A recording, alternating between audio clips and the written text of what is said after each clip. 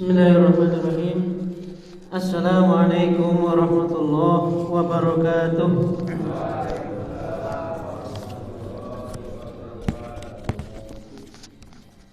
Alhamdulillah. Alhamdulillahi rabbil alamin. Wa bihi nasta'inu ala umuri dunya waddin. Asyhadu an la ilaha illallah wa asyhadu anna Muhammadan abduhu wa rasuluh. Allahumma salli wa sallim wa barik ala Muhammad wa ala ali Muhammad. Raditu billahi rabban wa bil islami dinan wa bi Muhammadin nabiyya wa rasula. Rabbi zidni ilma warzuqni fahma, amin. Ibu bapak jamaah salat subuh rahimakumullah.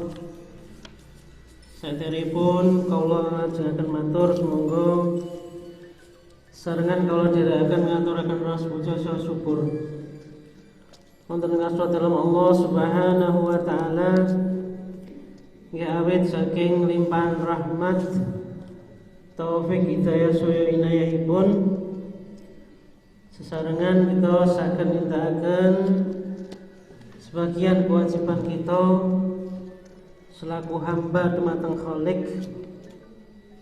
Nggih menika nindakaken salat subuh kanthi berjamaah. Insyaallah sesuai janji Allah nalikane kula lan panjenengan sami nindakaken salat subuh kanthi berjamaah di masjid disaksikan oleh malaikat dan dijamin dalam penjagaan Allah Subhanahu wa taala. Orang yang luar biasa niku sing saged sarengan nindakaken salat subuh najan adem gitu. Adem iki awane lumayan. Niki ning enten sing mboten beto saja ta kuat adem Pak. Kula wau lumah adem ora ulun niku. Salat wa salam mugi Allah paringaken dumateng junjungan kita Nabi Allah Muhammad sallallahu alaihi wa alihi wasallam ingkang sampun nedahaken dumateng kula lan panjenengan sami mergi ingkang hak agami ingkang hak inggih menika Islam. Kita ndonga sama-sareng semoga kula lan panjenengan sami saged istiqomah anggenipun nindakaken ibadah lan pangibadahan. Kita nindakaken ibadah niku hanya sampai mati kan. Dan itu mboten lama. Ya, hanya sampai mati. Urip niku kan ping nunggu mati, niku mesti. Nek nunggu dari pejabat dereng karuan. Nunggu sugih dereng karuan. Nunggu pinter suwe kudu sinau sik. Ning nek nunggu mati, niki sing orang yang paling cerdas. Wong sing paling pinter niku mboten kok sing napa nggih. Tapi tiang yang paling pandai niku tiang ingkang mempersiapkan kematian. Tentu saja dengan amal soleh, rutinitas ibadah setiap hari. Jangan sampai lelah. Hilangkan rasa malas. Mawi tiba-tiba napa nggih? Manusia nggih kadang sok malas. Segera berdoa, a'udzubillahi malas itu bagian dari godaan setan. Apalagi malas ibadah. Kalau ibadah wajib sudah semuanya, tambah dengan ibadah-ibadah sunnah. Tambah dengan kajian-kajian ilmu. Ini yang akan menyelamatkan kita. Harus punya nilai lebih dong. Makanya takmir mengasih program sedemikian rupa, ada kajian, ada nanti ditambah lagi dengan program-program yang lain. Ini kita sukseskan. Ini bekal kita. Sing ngunduh mboten orang lain kok. Yang ngunduh kita kula panjenengan sami iki Mbak. Nek pengen mempunyai kedudukan tinggi di akhirat, berjuang ketika masih diberi kesempatan di dunia. Jangan sampai terlambat. Jangan sampai menunda taubat. kemarin nggih berita TV niku kan enten sing artis nggih. Sehat, Bagas waras. Nah, tapi tiba-tiba meninggal kecelakaan. Dan prasangka kita mungkin sama, alah aku mati ini jek suwe. Aku mati ini jek suwe. Kadang itu lah maksud. Aku jek enom, jek kuat, jek sehat. Tapi takdir Allah siapa yang sepuh sing ngertos, Bu. Enggak ada, makanya misteri yang paling misteri adalah misteri kematian. Dan persiapan untuk menyambut kematian tidak lain hanyalah beramal soleh. Jadi mengingatkan mohon, jangan sampai memang ya terbesit rasa malas, rasa rasen, buang jauh-jauh. Nanti wedine lepas rasa rasen terus mati lah pripun. Selalu berdoa ya Allah ya Allah bi husnil khatimah. Berbagai macam cara. Termasuk kalau kita rajin sedekah, selain menolak bala juga dihindarkan kita mati dalam keadaan su'ul khatimah. Niku awalan Bapak Ibu jamaah rahimakumullah. Wonten ing mriki kula badhe matur babagan nggih menika adab sholat berjamaah. Nah, kita kan sering datang ke masjid, tiap hari ke masjid. 5 waktu kita datang ke masjid. Ternyata ada adab-adabnya. Biar memang ibadah kita itu terasa lengkap, komplit. Secara fitrah, ya, manusia itu suka terhadap adab yang baik, utawi akhlak yang baik. Makanya misi utama Rasulullah SAW niku diutus untuk menyempurnakan akhlak. Ben ora tek pinter nek punya adab yang baik, punya kelakuan yang baik, punya akhlak yang baik, itu lebih menyenangkan, lebih dihormati daripada pinter tapi ranti akhlak.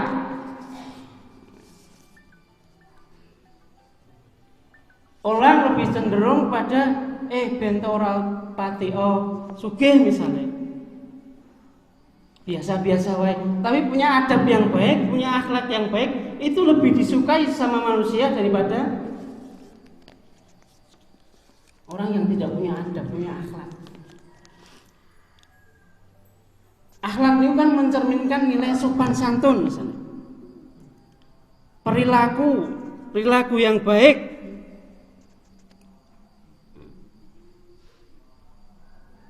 budi pekerti yang mulia, yang sopan.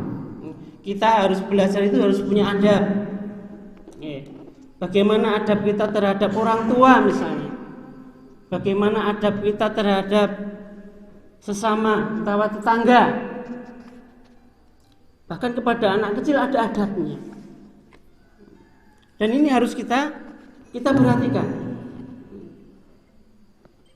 Orang yang punya adab yang buruk, akhlak yang buruk, cenderung dibenci oleh sesama manusia. Bahkan juga dibenci oleh Allah Subhanahu wa taala. Makanya kita bangun. Bagaimana akhlak saya terhadap, adab saya terhadap, banyak sekali macam adab. Bahkan dalam kehidupan sehari-hari,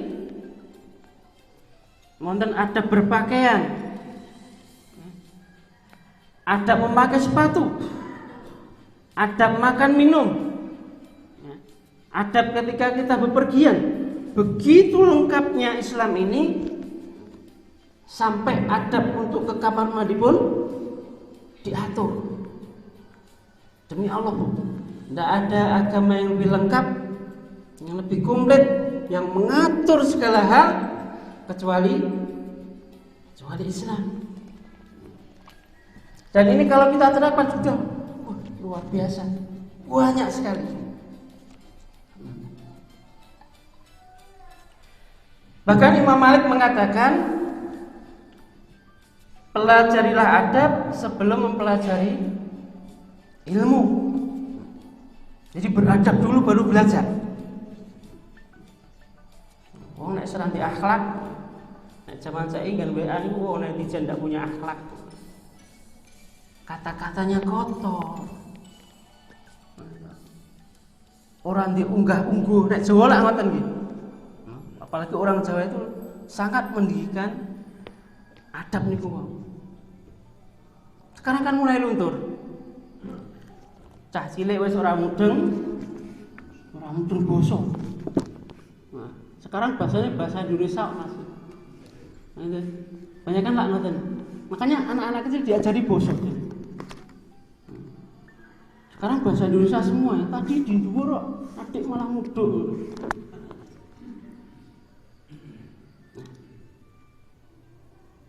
Ini penting. Bahkan dalam kehidupan bertetangga,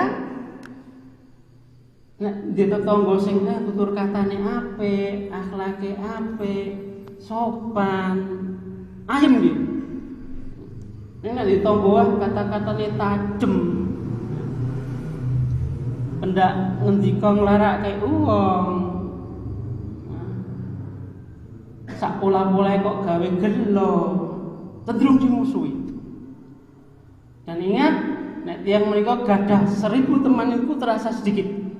Tapi nek gadah musuh siji wae kelihatan banyak. Ibu bapak jamaah rahimakumullah. Wonten ing hadis riwayat Tirmidzi, Rasulullah sallallahu alaihi wasallam paring-pandika, tidak ada sesuatu pun yang lebih berat dalam timbangan seorang mukmin pada hari kiamat kelak daripada akhlak yang mulia. Tidak punya adab berarti diancam dengan siksa. Tidak punya sopan santun berakibat pada amal kita.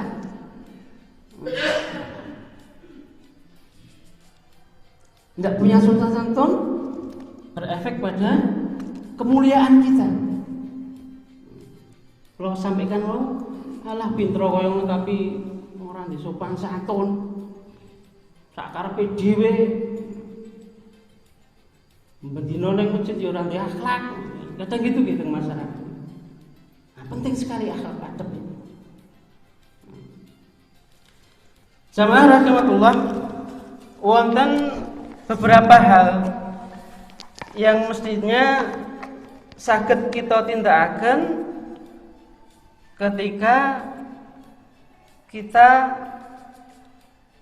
melaksanakan sholat berjamaah. Nah, niki karena kita memang sering ya setiap hari kita sholat berjamaah, kita harus tahu adab-adabnya. Jangan sampai kita sudah di masjid tapi ojo nang masjid gur sholat tok. Niatnya gur sholat tok mulai sholat. Tidak begitu. Ada yang harus kita lakukan supaya komplit. Ya sholat berjamaahnya itu mempunyai nilai yang luar biasa. Ya. Terus lengkap, komplit, sempurna. Misalnya hitung-hitungan manusia dapat dikasih iming-iming hadiah 10, kita dapat 10, nilai 10 itu. Ingkang sepindah Bapak Ibu jamaah rahimakumullah, inggih menika ketika kita di masjid kita dilarang melewati di depan orang sholat.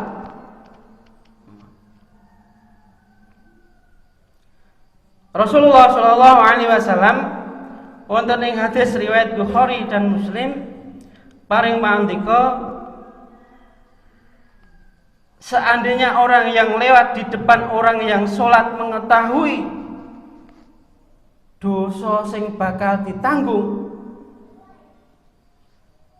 mongko sak temene wong mau milih nunggu mandek selama 40 tahun daripada kita lewat di depan orang sholat. Jadi hati-hati Bu. Kelihatannya sepele. Ini kalau pas jamaah banyak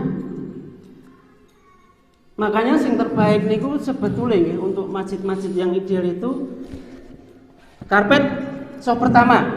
Nah, terus karpet sop kedua itu dikasih jarak sekira 30 atau 40 cm. Terus pinggir sana juga dikasih jalan. Jadi tidak penuh, full sana dikasih jalan atau ada pembatasnya, dikasih jalan untuk jamaah keluar. Fungsinya apa? Kagum nopo? Misalkan di sop pertama ini ada orang yang batal sholatnya, sing batal sholatnya ya manusiawi kan kadang wetenge mules, terus ora sengaja keluar angin, ora kuat ditahan tenan, dia bisa keluar tanpa melewati orang yang sedang sholat di belakangnya. Terus karpet pertama ada jarak kosong, baru karpet kedua ketika batal bisa ini langsung jalan keluar. Pojok sana juga dikasih jalan keluar. Juga di imam misalnya, ada pintu keluar khusus dan tempat wudhu khusus misalnya.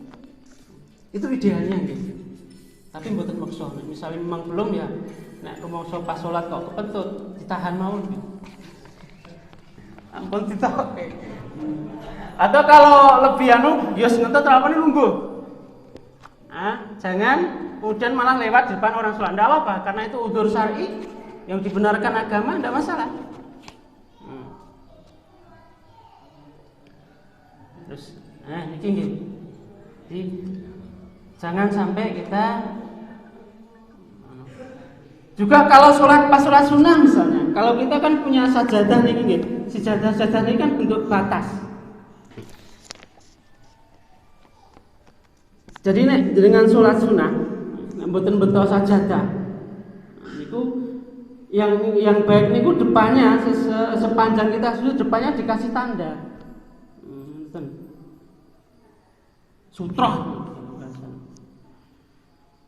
Biar nanti ketika orang lewat itu di depannya nek sajadah, orang itu lewatnya di depan sajadah ini tidak apa-apa. Jadi pengertian lewat di depan orang sholat itu sepanjang dia sujud. Mboten kok salate teng mriku kula liwat mriki mboten entuk mboten. Sepanjang sajadah lah.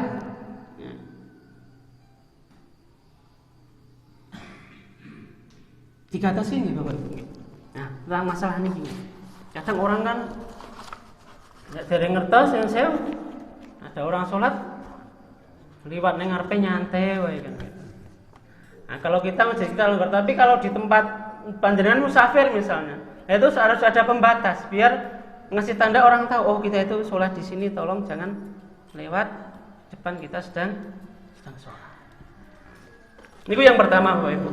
Ingkang longgar inggih menika menghadap sutra. Rasulullah Shallallahu alaihi wasallam paring-paring apabila salah seorang di antara kalian sholat, hendaklah ia sholat dengan menghadap sutra atau mendekatkan badannya. Nah niki wau sing kula aturke wau. Nggih jagani. Karena begitu besarnya dosa yang ditanggung ketika kita lewat di depan orang sholat. Lajeng yang ketiga inggih menika menjawab panggilan azan. Ini pentingnya waktu, kita mempersiapkan, kita tahu betul kapan jadwal waktu sholat. Nah, wonten ing hadis riwayat Bukhari lan Muslim, Rasulullah Shallallahu alaihi wasallam paring pangandika, apabila kalian mendengar azan, maka ucapkanlah seperti yang sedang diucapkan muadzin. Dijawab nih nek krungu azan nggih. Sunahnya cuma satu ini Bu. Jadi yang ini kan azan rokokong krungu, azan kasari krungu, terus azan ngono ulang sing sebelah mriku nggih krungu. Nah itu sunahnya kita jawab salah satu. Ketika muadzin bilang Allahu Akbar, kita ikuti dengan Allahu Akbar sampai selesai. Di waktu subuh pun sama. Kalau subuh kan wonten tambahan as-sholatu khairum minan naum. Ada ulama yang mengatakan sadaqta wa barita dan seterusnya nggih. Tapi karena itu mboten enten dalil khusus, maka kembali kepada dalil umum inggih menika ucapkanlah seperti yang diucapkan muadzin. Jadi ketika muadzin as-sholatu khairum minan naum, kita juga mengucapkan as-sholatu khairum minan naum. Kemudian juga diikuti dengan kita berdoa selesai azan.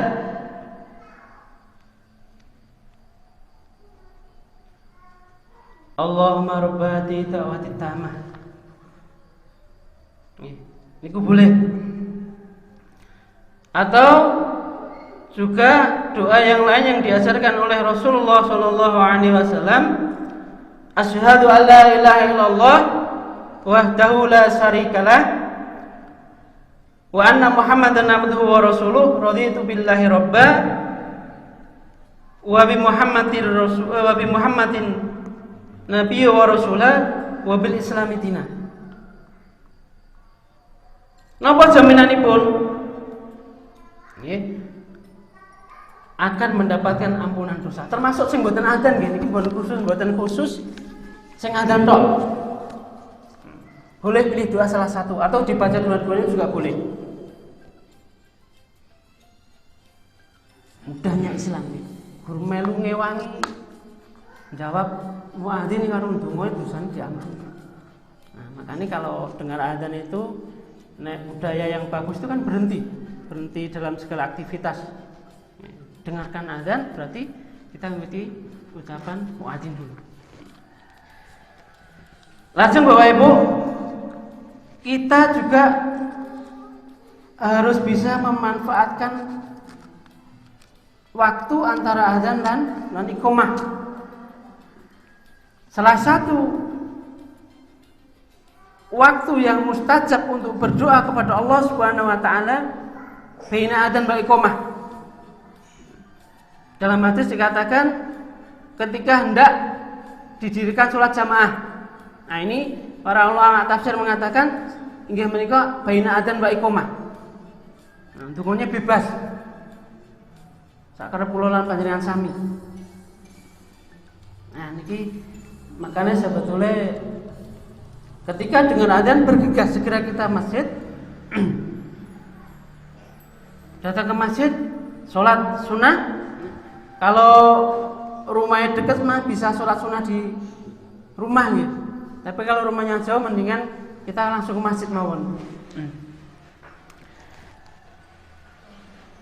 Ibu bapak jamaah sholat subuh rahimakumullah. Kemudian adab selanjutnya inggih menika mawi kula lan panjenengan sami sampun mendengar qomat dikumandangkan. Jadi ketika kita datang agak terlambat, kemudian kita di masjid, kita sholat sunnah. Pas tengah sholat sunnah kok qomat, niku segera batalkan sholat sunnah. Karena harus mendahulukan yang wajib daripada sunnah. Ampun ngantos wes qomat tapi cek sholat sunnah wae. Engko dadi balapan karo imame. Tapi kalau masih memungkinkan,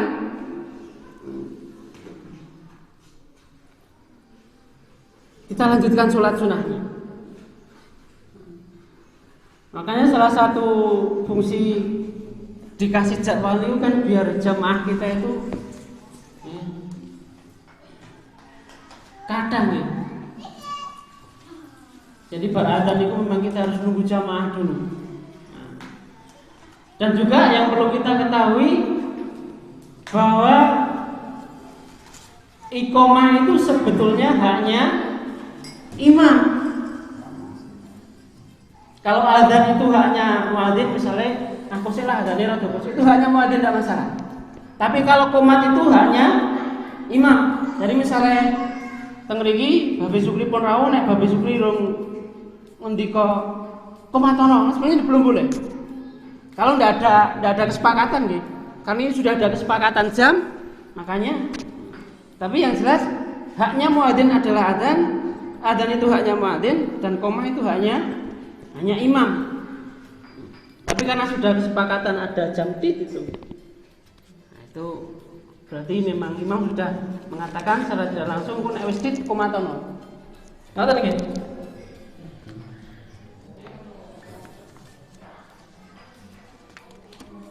Terutama subuh Bapak Ibu. Subuh itu kan kadang napa nggih? Jamaah sing rada abot. Kono sing nom-nom niku walah durung ngadus wis umat. Nah, agak dikasih jarak sedikit. Ini sebenarnya sudah 15 menit. Kalau di tempat-tempat lain itu ada yang sampai 20 menit, ada yang sampai setengah jam karena memang benar-benar nunggu jamaah. Tapi nek sing ditunggu mah ya ora teko-teko. Ya guru wae istiqomah wong pira semonten itu ya sudah. Nah, mau gimana lagi? Tunggu setengah jam ya ora tambah jamaah. Tunggu ya sudahlah kalau kita sepakatan 15 menit dari azan. Begitu tit azan nanti 15 menit setelah itu iqamah. Nah, ini harus ngertos kalau teman-teman sami. Langsung juga pun tangan kalau cepet kayak mawon iki.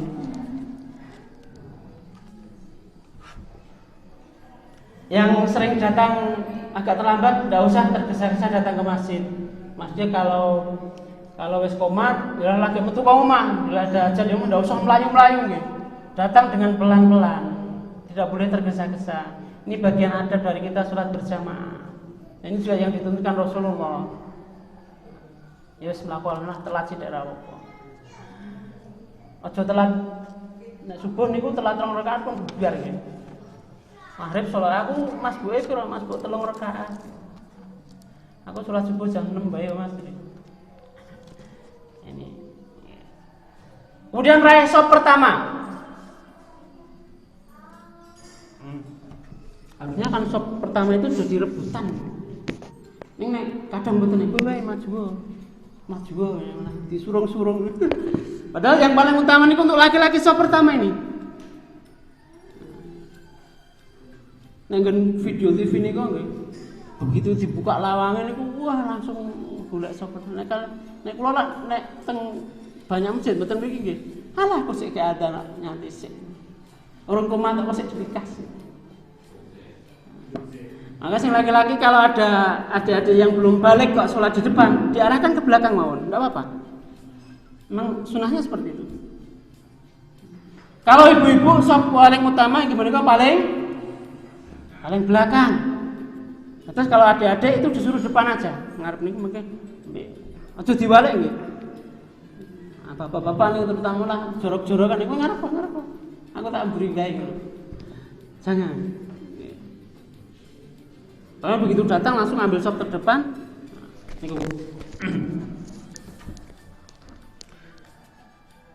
Kemudian ini luruskan sop dan rapatkan barisan.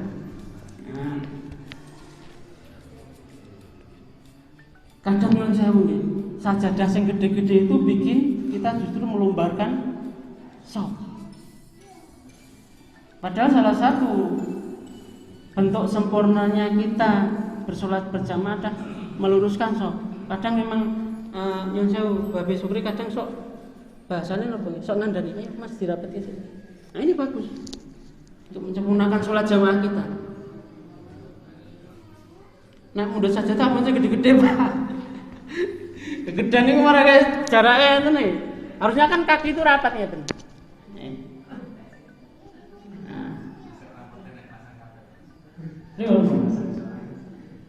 Oke, dirapatkan Pak. Ini kita kan pun sudah berjamaah puluhan tahun kok cek podo mawon kan eman-eman.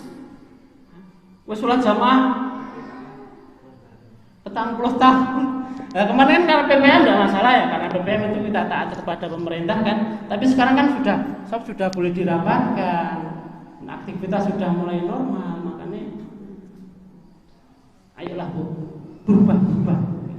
Walaupun adab ini tidak terkait dengan halal haram, tapi ya sebagai bentuk kesempurnaan sholat adalah melaksanakan adab. Pun nggih, terus saya akan janenane pun rada suwe mangke tak do jelek. Pun metu wedange sak adem. Masih banyak nanti kita sambung di lain kesempatan. Nah, tambah sini mulai. Jangan mendahului gerakan imam, bahaya nih. Kalau wasaken hadis pun Rasulullah sallallahu alaihi wasallam paring pandika tidaklah orang yang mengangkat kepalanya sebelum imam takbir takut jika Allah akan mengubah kepalanya menjadi kepala keledai. Hadis riwayat Bukhari. Maksudnya tidaklah orang yang mengangkat kepalanya sebelum imam, yang sewu salah wablah, takut jika Allah akan mengubah kepalanya menjadi kepala keledai. Enten sing salat di imam to imame rukuk wis dhisik. Ancamannya nanti kepalanya dibuang jadi kepala keledai. Keledai ini suaranya paling buruk, tenaganya juga jelek, itu keledai khimar. Hati-hati Bu. Jadi memang yang lebih aman itu ketika imam itu Allahu Akbar sempurna kita ikuti. Sami Allahu liman hamidah sempurna kita ikuti. Termasuk sujud. Allahu Akbar sempurna kita ikuti. Nah kan ini teng masjid yang besar nih kan ada sing burine nih kan Imam Allahu Akbar terus ngikuti Allahu Akbar. Itu karena masjidnya luas takut yang belakang sana tidak terdengar. Tapi nek masjid kita nggih insyaallah sampun mireng nggih Ibu nggih dengar nggih. Itu bahaya Bu, atos-atos. Karena yang saya mboten kok saya juga memperhatikan kula niku sok nyun sewu kok enten sing ngoten. Kula mboten sebut nama lho, mboten ngrasani, mboten ngibah namanya. Nek tesih enten sing ngoten niku diubah, sabar sithik kenapa sih? Ora bedane le sabar sithik.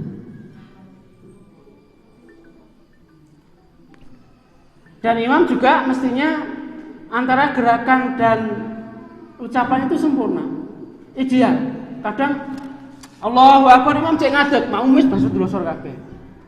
Nah iki kula ngalami salat jamaah ten mboten masjid iki. Allahu Akbar posisi imam belum bergerak tapi ucapan lebih dahulu ini juga mengacaukan makmum. Kadang makmumnya urung ta jebule. Jebule urung kuasa kowe sujud. Salamnya kadang termasuk jangan sampai memang salam itu yang pertama wajib, yang kedua sunnah. Tapi kita harus nunggu, tidak boleh ketika imam salam kita ikut salam pertama, yang kedua baru itu yang kedua. Kadang ting ting ngoten. Nah, itu perlunya kita harus perhatikan. Bapak Ibu jamaah rahimakumullah bilih makaten nggih. Pun wadiah lajeng teng pasar teng pundi mungkin kesuwen ta. Mugi-mugi Allah masih ada sebenarnya beberapa, cuman ini saja yang saya sampaikan. Jadi maksud saya setelah puluhan tahun kita masjid, bedino nang masjid kita tahu adab, kita laksanakan.